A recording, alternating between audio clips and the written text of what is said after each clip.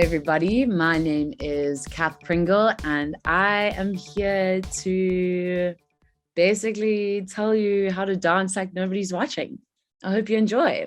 So, you ever just rock out to your favorite guitar solo or randomly Dougie down the street when that beat just hits the sweet spot? Would you ever try to do the moonwalk and Michael Jackson vibe at your best friend's 21st? So I can tell you for free, I do pretty much on the daily. And when I walk down through the shopping aisles with my mom, I usually break out and sing and dance when I hear a groovy tune or a great song through the speakers. And my mom's always like, Catherine, can you contain yourself, love? Like, this isn't a place for that. And I'm just like, okay, but do you want to see me get low? And she's like, please, no, cut it out, And I'm just like, sorry, mom, I love you. Obviously, I'm going to start because at the end of the day, you are my mom and I love you. So now you're probably wondering why on earth would I have Dougie down the street or embarrass my mom in the shopping aisle? Well, I'm here to tell you to do exactly that. Dance like nobody's watching. We tend to conform to societal norms and we feel the urge to downplay these actions in an open environment to avoid all forms of judgment and insecurity. That's pretty messed up, right? So dance and music go hand in hand, where physical motion without verbal action acts as communication. When we open up our hearts, mind, and soul to something like a basic tempo of a song, we allow for emotional interpretation. Music can quite literally be anything you want it to be. We allow for that emotional interpretation to take control. It's about music and dance being a form of medicine. It creates a space for you who you want to be, and it opens a space for who you've always been. Like hearing your favorite song from that one December holiday gives you goosebumps, right? It's nostalgic. It's peaceful, it's warm, it gives you that little oomph, it's reminiscent.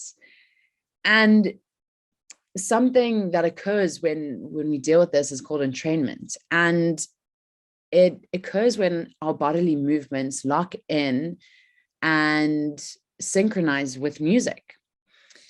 This can be as simple as hand clapping or playing the air guitar, if you will, or even dancing. So during beat perception and synchronization, our sensory and motor cortexes in our brain are active.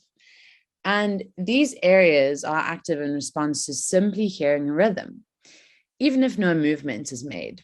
Hence, it's okay if you're too shy to dance or Dougie down the street.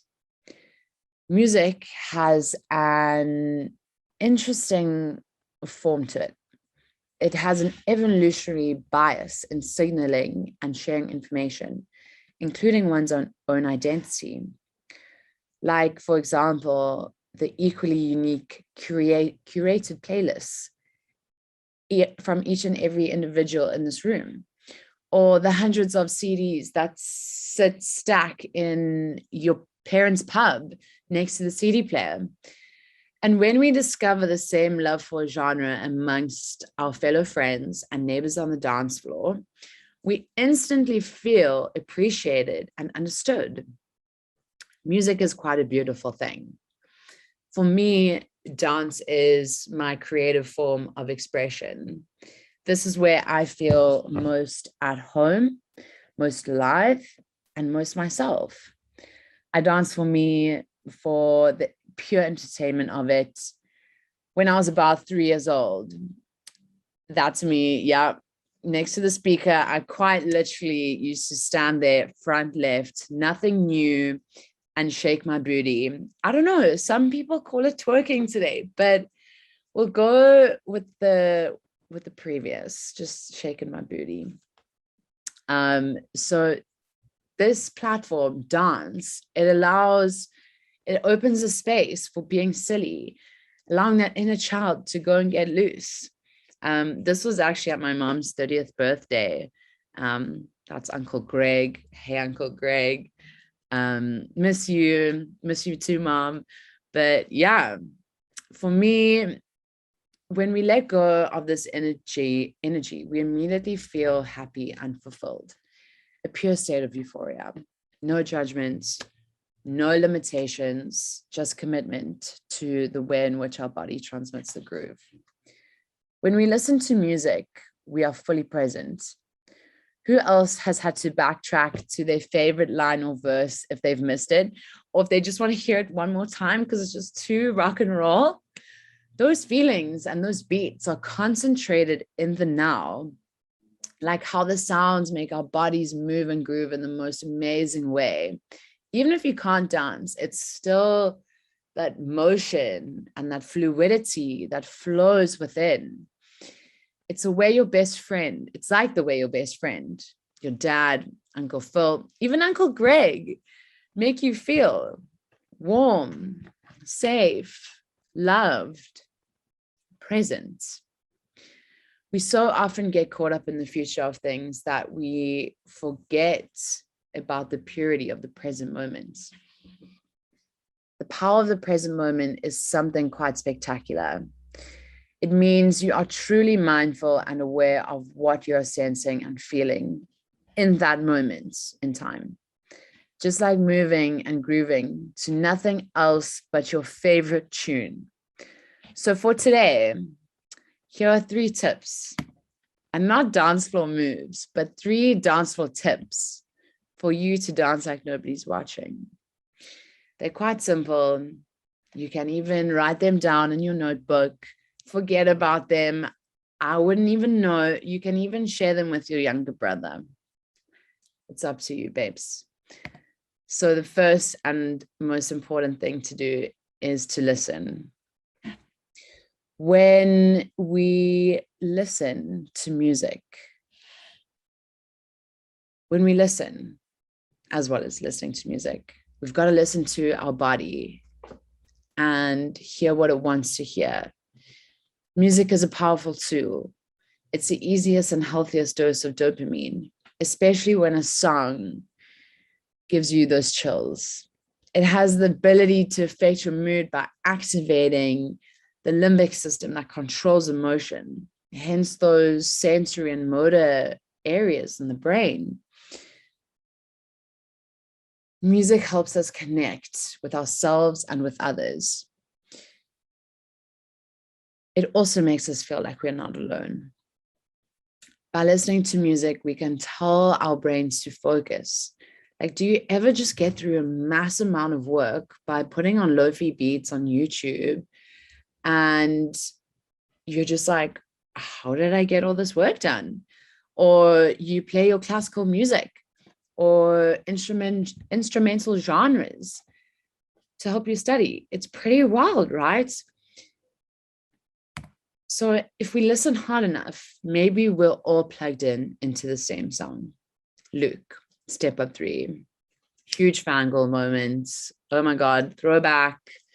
Love it. I probably try to learn all the Step Up dance routines, but don't ask me to do them because I can't even remember. Moving on. The second most important thing to do is feel. Our brains are a powerful tool too, as you would know. And when we anticipate moments of a chorus that just slap different, dopamine is also released. Our brains really do be rewarding us for things we love. So why not feel them? Why not listen and give your body what it wants? When we feel that nostalgic connection with a song, we also develop a strong neurological connection. So turn up those throwbacks and feel powerful. And last but not least, the third most important thing to do is to let go. Deep breath in and deep breath out. Feels good, right?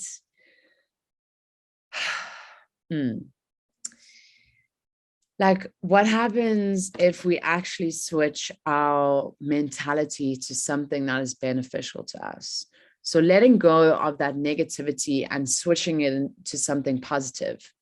For example, we can let go of this irritable Monday blues by simply throwing on our favorite playlist that is positive, of course, and uplifting, because positive listening is a thing, and we can use it to enhance our mood. So by now you would have figured out that we got to live in the present, like nobody's watching. For those of you who are hoping to see more of my dance moves, you'll see them at the next festival. I couldn't quite physically fit a whole dance routine into 10 minutes. COVID also didn't give me the breath either, so we move. So here's me opening up the dance floor for you. It's an open invitation to Dougie down the street, an open invitation to turn those Monday blues into a positive cue, and to practice living in the present. Thank you for listening to my talk.